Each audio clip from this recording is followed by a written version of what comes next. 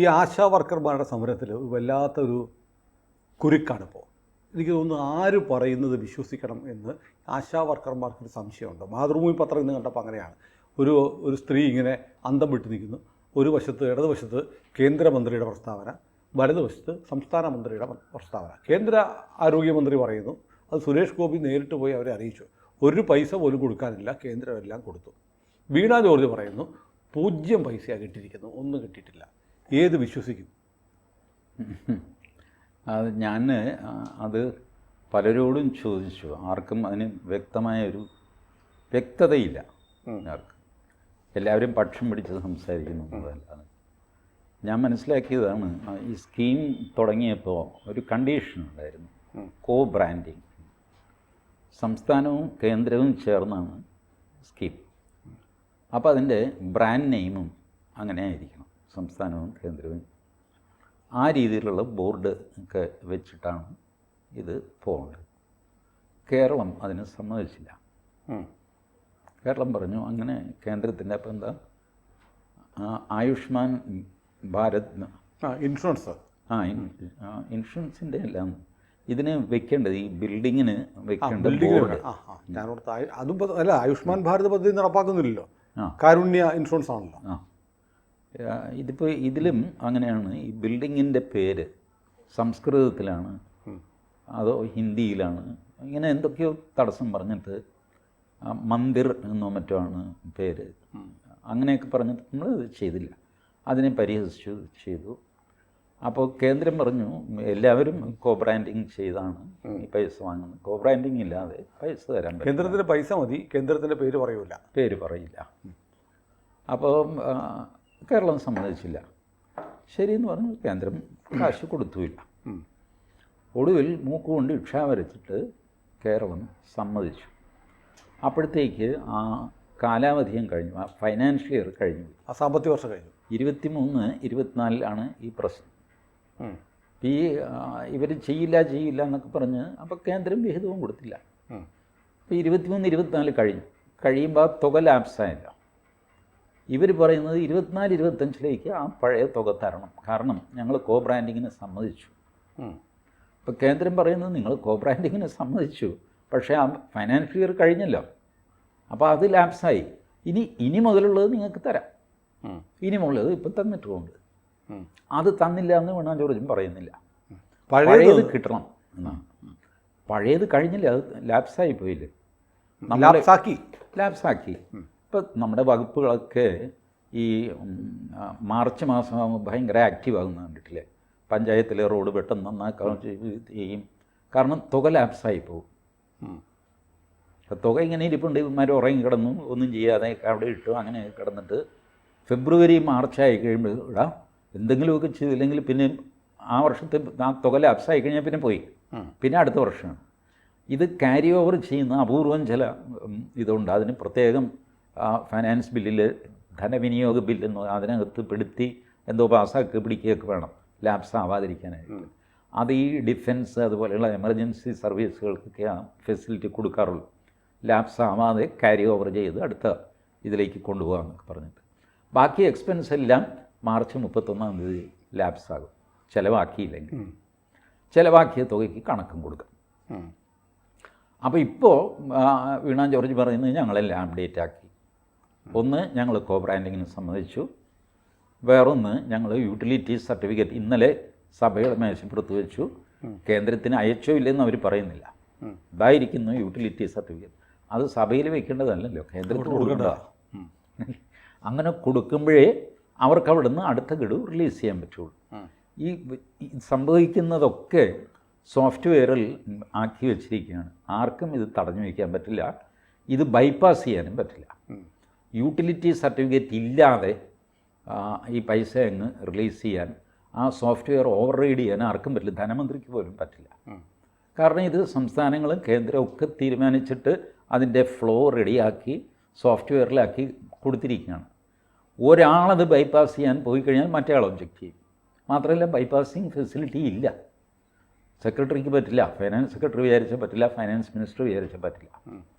ബാക്കി emergency NDRF എന്നൊക്കെ പറയുന്ന പോലെ അതിൻ്റെ ഫണ്ട് വേറെയാണ്. അതെടുത്തിട്ട് ആശാ വർക്കർമാർക്ക് കൊടുക്കാൻ പറ്റില്ല.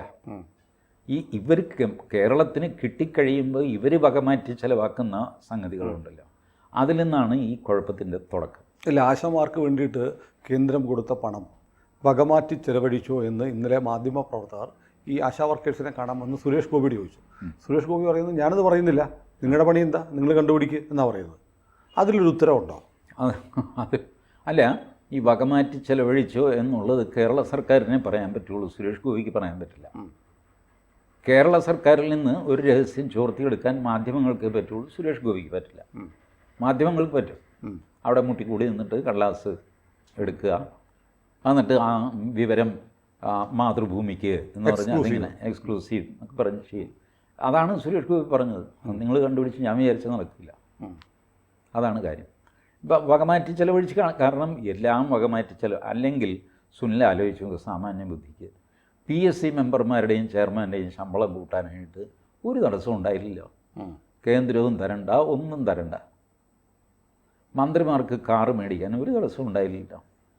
ഹെലികോപ്റ്ററിൻ്റെ വാടക കൊടുത്തു. പിന്നെ ഈ റിട്ടയർ ആയവർക്ക് പുനർനിയമനം കൊടുക്കാൻ ഒരു തടസ്സവും ഉണ്ടായില്ല. VP ജോയ്, KM എബ്രഹാം, എത്ര പേരാണ് എത്ര ഹൈ പൊസിഷനിൽ ഇരുന്നിട്ട് എന്തെല്ലാം ശമ്പളം മേടിക്കുന്നു, plus pension മേടിക്കുന്നു.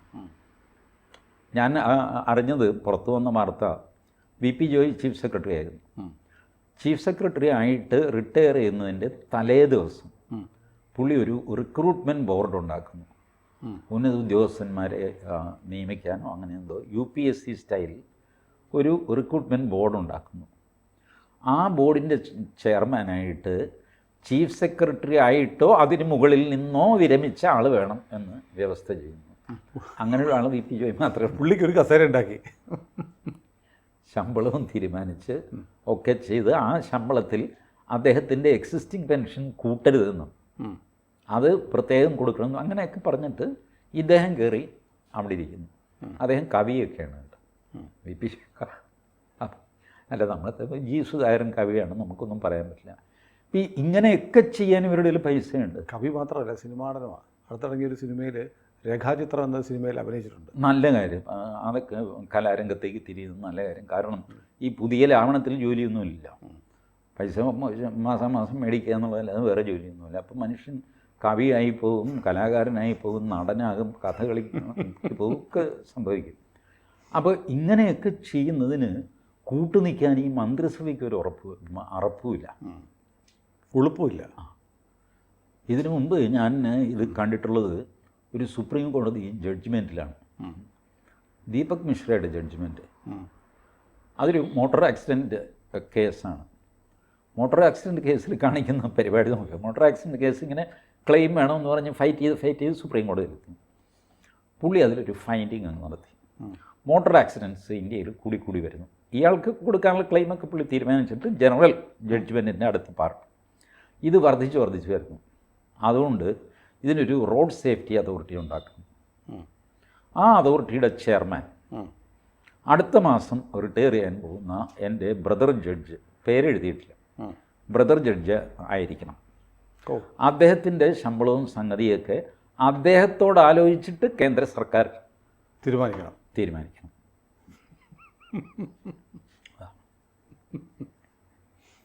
And road safety authority ഉണ്ടായി. അദ്ദേഹം ഇപ്പോഴും ചെയർമാനായിട്ട് ഇരിപ്പുണ്ട്, മാറിയൊന്നും അറിഞ്ഞൂടാ. അപ്പോൾ ഒരു സുപ്രീം കോടതി ജഡ്ജി റിട്ടയർ ആവാൻ പോകുന്ന, അടുത്ത മാസം റിട്ടയർ ആവാൻ പോകുന്ന വേറൊരു സുപ്രീം കോടതി ജഡ്ജിയെ നിയമിച്ചുകൊണ്ട് നടത്തിയ പരിപാടി. അല്ല, ഇത് ഇത്തരം ഉത്തരവുകൾ കേന്ദ്ര സർക്കാർ അങ്ങ് പാലിച്ചില്ലെങ്കിൽ എന്ത് ചെയ്യും? എന്ത് ചെയ്യാൻ? പാലിച്ചില്ലെങ്കിൽ ഇവരൊക്കെ തമ്മിലുള്ള ടേംസ് തെറ്റും. പാലിച്ചില്ലെങ്കിൽ this will reflect in some other judgement. വെറുതെ ഇട്ട് ഉഷ്ണിപ്പിക്കും, ഇപ്പോൾ കൗണ്ടർ കൊണ്ടുപോകാന്നൊക്കെ പറയും, ആ കൂടെ കച്ചറ ഉണ്ടാക്കും. അപ്പോൾ കേന്ദ്ര സർക്കാർ തീരുമാനിക്കും ഇപ്പോൾ എന്താ വേണ്ടേ, അങ്ങേരെ റിട്ടയർ ആകുമ്പോൾ അങ്ങേരെ ഒരിടത്ത് ഇരുത്തണം, അല്ലേ, ഇരുത്തി കൊടുക്ക് പോട്ടെ. ഡൽഹിയിൽ എത്രയോ ആഫീസുകൾ കിടക്കുന്ന ഒരു ആഫീസിൽ റോഡ് സേഫ്റ്റി അതോറിറ്റി ബോർഡും വെച്ച് പുള്ളിക്ക് ഒരു കാറും മാസം ശമ്പളവും ഫ്രീ.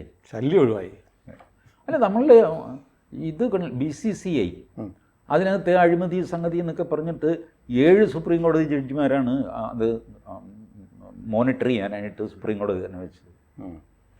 അവർ 5 സ്റ്റാർ ഹോട്ടൽ താമസം അതെല്ലാം BCCI വായിക്കണം. BCCIയുടെ നല്ല കാശുണ്ടല്ല. അങ്ങനെ BCCI ചിലവിൽ 7 പേര് ഇപ്പോഴും കഴിയുന്നു. പിന്നെ കള്ളപ്പണം അന്വേഷിക്കാനൊരു കമ്മിറ്റി, സുപ്രീം കോടതി ജഡ്ജിമാരുടെ കമ്മിറ്റിയാണ്. അവരിടയ്ക്കിടയ്ക്ക് റിപ്പോർട്ട് കൊടുത്ത് ആ റിപ്പോർട്ട് എന്തായാലും ഒന്നും അറിയില്ല, ബട്ട് കമ്മിറ്റി ഇപ്പോഴും നിലവിലുണ്ട്. ഇവരൊക്കെ ഇതിനെല്ലാം പൈസയുണ്ട് ഈ ആശാ വർക്കർമാർക്ക് കൊടുക്കാൻ. അവർ മഴയും വെയിലും കൊണ്ട് തിരുവനന്തപുരത്ത് ഇപ്പോൾ ഞാൻ പറഞ്ഞില്ലേ, സൈഡിലുണ്ട്. ഇനിയിപ്പോൾ കേന്ദ്രം ആശാ വർക്കർമാർക്ക് ഇൻസെൻറ്റീവ് കൊടുക്കാൻ മാത്രം അവരുടെ ഇൻസെൻറ്റീവ് വർദ്ധിപ്പിച്ച് മാസം 30,000 രൂപയാക്കി, റിട്ടയർ ആകുമ്പോൾ അവർക്ക് കൊടുക്കാൻ 5 ലക്ഷം രൂപയാണ് അവർ ചോദിക്കുന്നത്. അവർ ഇത്ര പേരുണ്ട്, ഇൻറ്റു 5 വെച്ച് അത്രയും ലക്ഷം രൂപ എല്ലാം കൂടെ ചേർത്തിട്ട് 1200 കോടി രൂപ വീണ ജോർജിനെ ഏൽപ്പിക്കുന്നു എന്ന് പറഞ്ഞ് ഏൽപ്പിച്ചാൽ ചില്ലി പൈസ ആശാവർക്കർക്ക് കിട്ടില്ല, കൊടുക്കില്ല. കാരണം ആശാവർക്കറുടെ സമരം SUCIക്കാർ സപ്പോർട്ട് ചെയ്യുന്ന സമരമാണ്. ഇതാണ് അതിൻ്റെ പ്രശ്നം, വേറെ ഒരു പ്രശ്നമില്ല.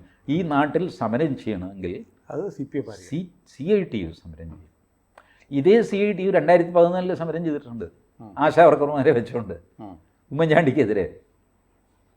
അന്ന് കേന്ദ്രയില്ലായിരുന്നോ?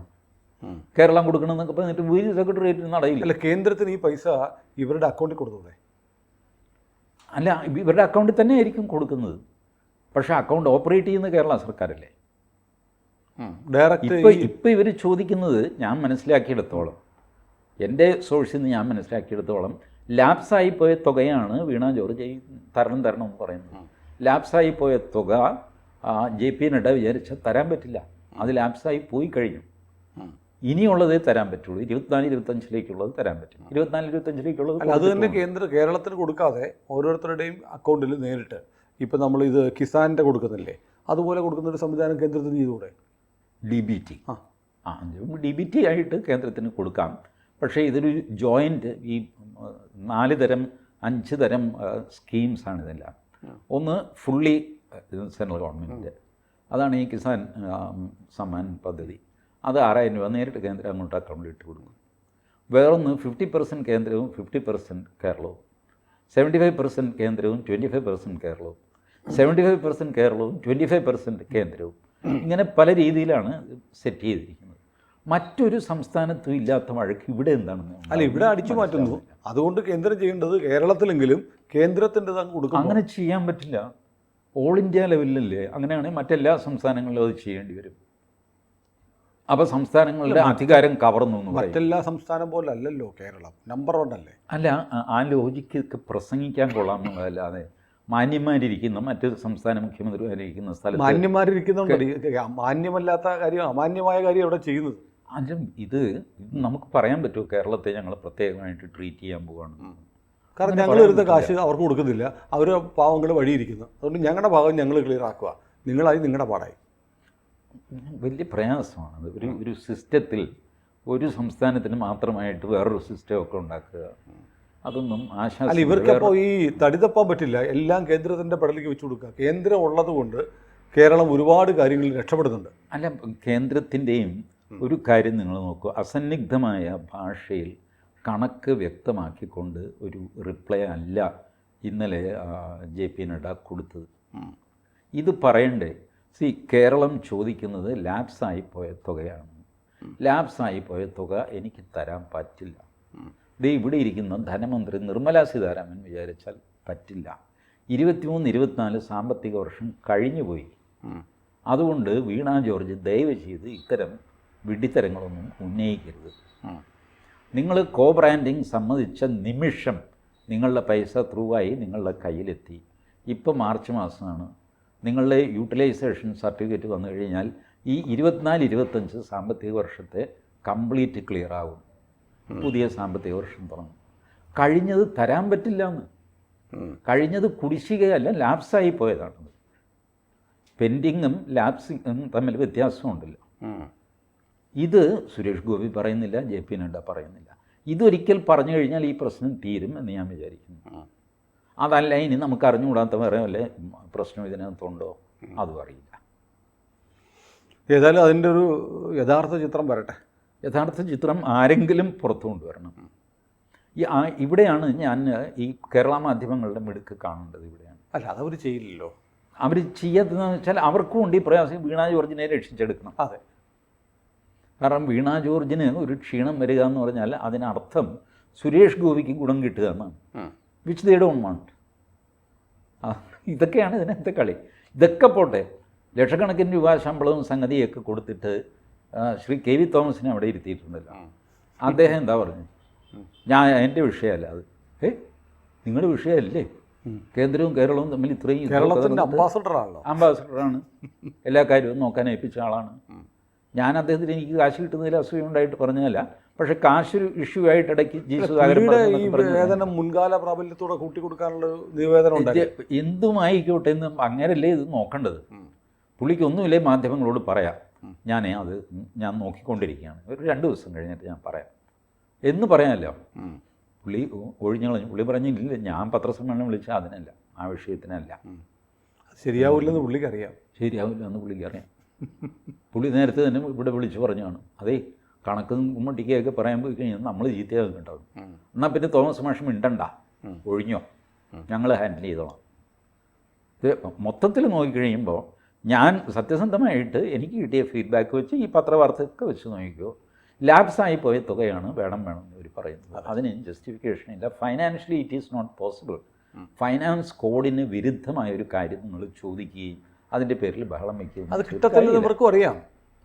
വെറുതെ ബഹളം വെക്കുക. ഇനി അത് കിട്ടിയെന്ന് വെച്ചോ, അപ്പോഴും ആശാ വർക്കർമാർക്ക് ഒരു പൈസ ഇവർ കൂട്ടിക്കൊടുക്കുകയില്ല. മിയർലി ബിക്കോസ് അവരുടെ അല്ല ആ സമരം, CITUവിൻ്റെ അല്ല സമരം, അവർ കൊടുക്കില്ല. കൊടുത്തത് CITU വലിയ പ്രശ്നം ഉണ്ടാക്കും, താഴ്ന്നു പോകും. എന്താ ഇത്?